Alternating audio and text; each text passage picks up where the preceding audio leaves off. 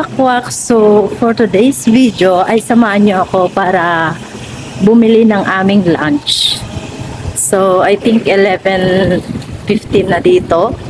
At isasama ko kayo sa place kung saan bumibili ako ng chicken rice. Chicken rice ang paborito kong pagkain dito sa Singapore.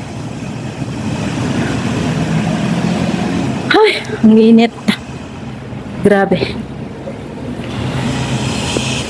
Ayan. Ang tawag dito sa pinagbibilhan ng mga foods ay hawker center. Kumbaga dyan sa Pilipinas siguro ang tawag ay karenderya. Pero hindi ako dito bibili kasi may kamahalan dito. Charot. Hindi, wala dito yung chicken rice na gusto ko. Ayan. Doon tayo sa kabila. Marami kumakain doon. Tingin sa kaliwa at sa kanan bago tumawid para hindi mabugo. Ayan.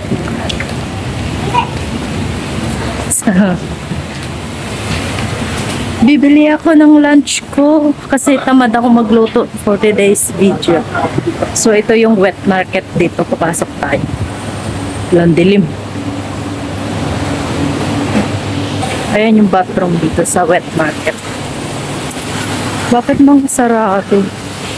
Yun lang guys, kapag sarado yung bibilhan ko ng chicken rice,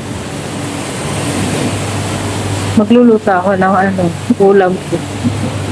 Sarado yung mga wet market dito guys. Dito guys, ang wet market half day lang. Let's see kung bukas yung aking pagbibilhan ng chicken rice. Parang sarado siya guys. Andito na ako. Let's see kung bukas siya or sarado.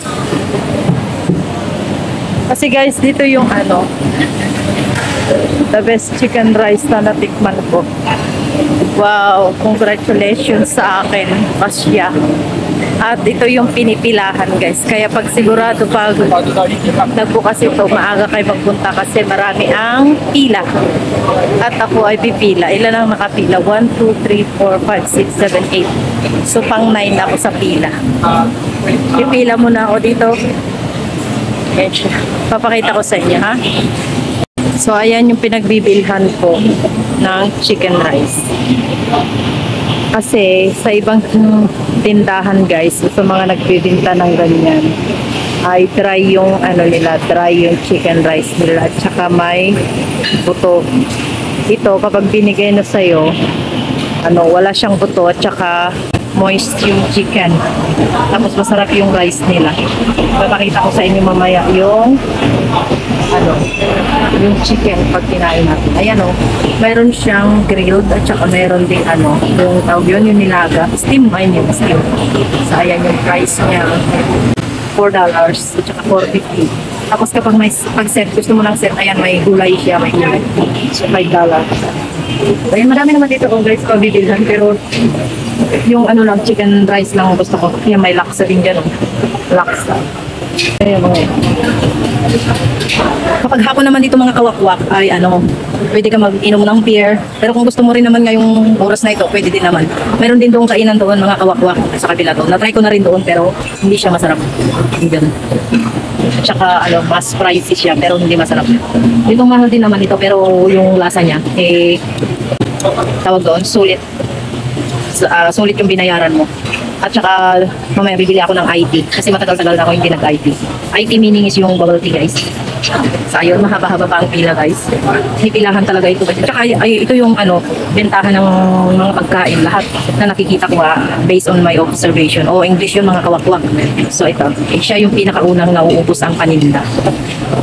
Di pa nila inaalis yung mga nandiyan sa taas mga kawakwak ko. Ayan, yung simbolo ng Singapore. Kasi katatapos lang ng holiday dito ng birthday ng Singapore. 58th birthday.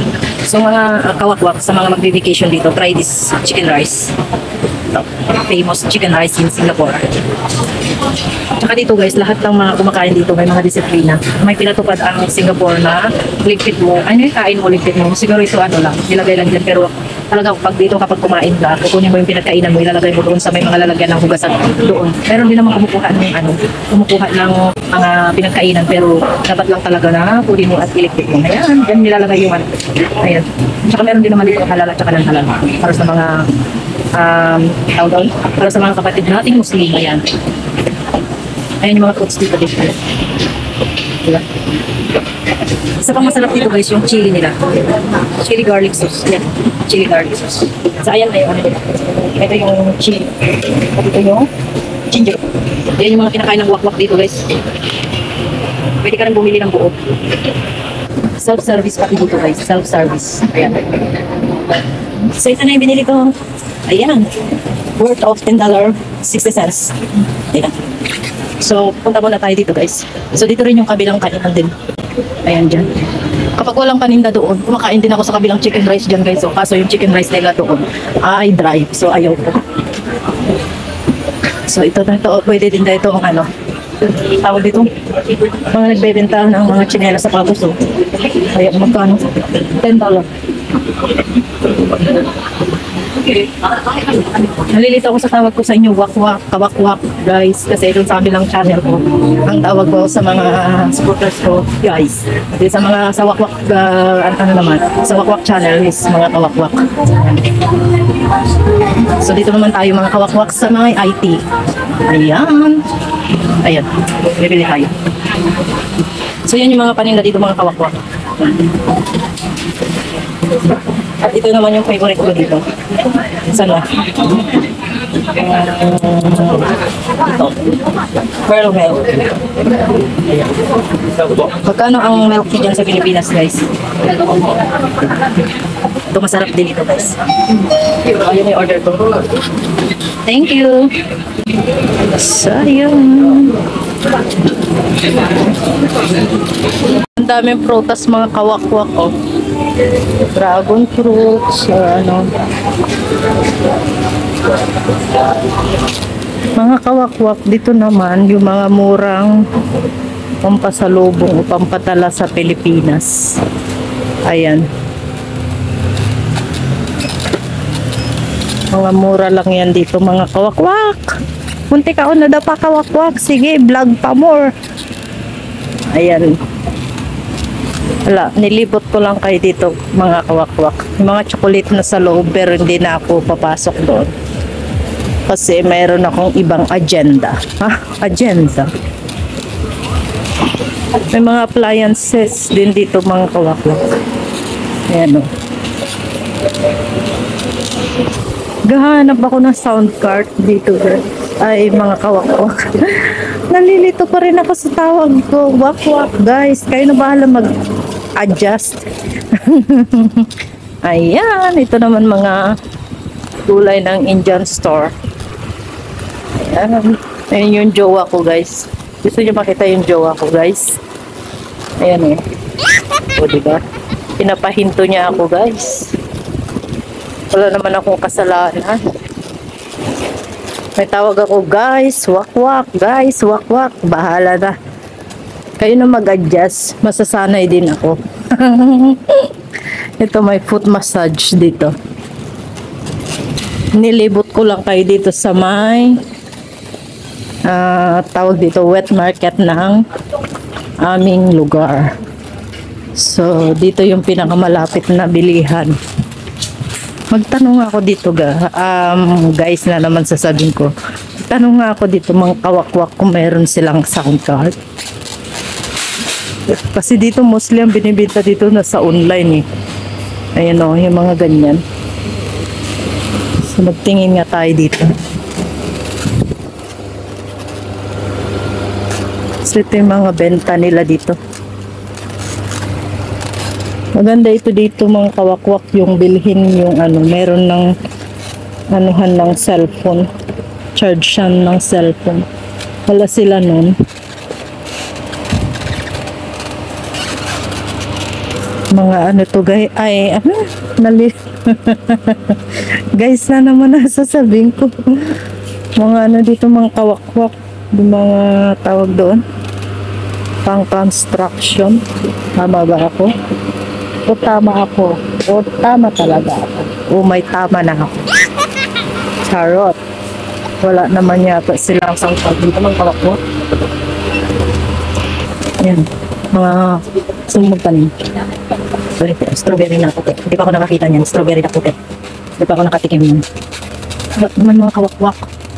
Wala silang ganun. Kala ko ano siya. Hindi, plastic naman pala siya. Wala sila yung hinahanap ko, mga kawakwak. Ito may timbangan dito. Ito may planggana din sila. Diba ito?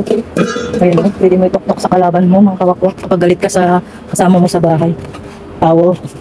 Ano ba silang ibang kulay ng towel? Ganda ng towel nila, mga kawakwak. Malambot siya. Ito pang paste towel. $2 lang siya. Pagkano itong?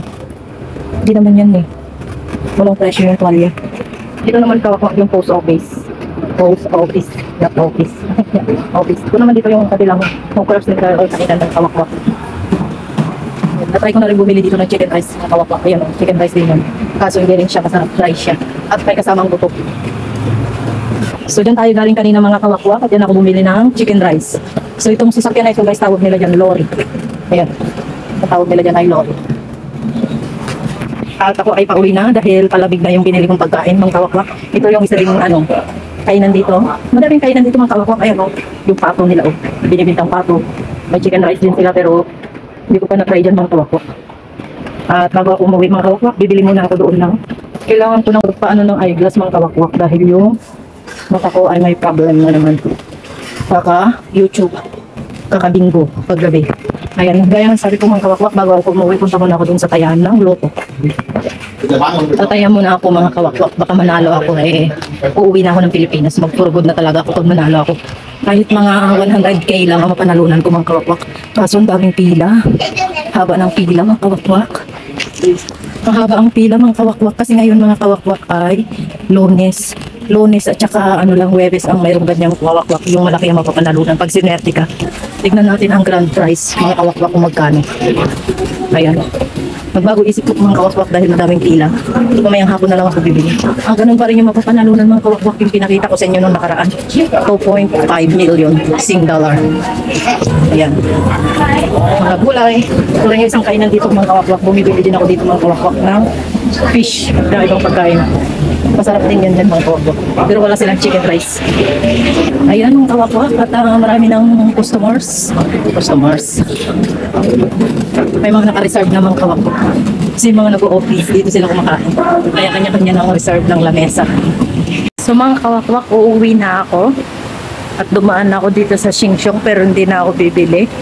Mamayang hapon na lang, babalik ako. Daan tayo dito. Ayan. Diba?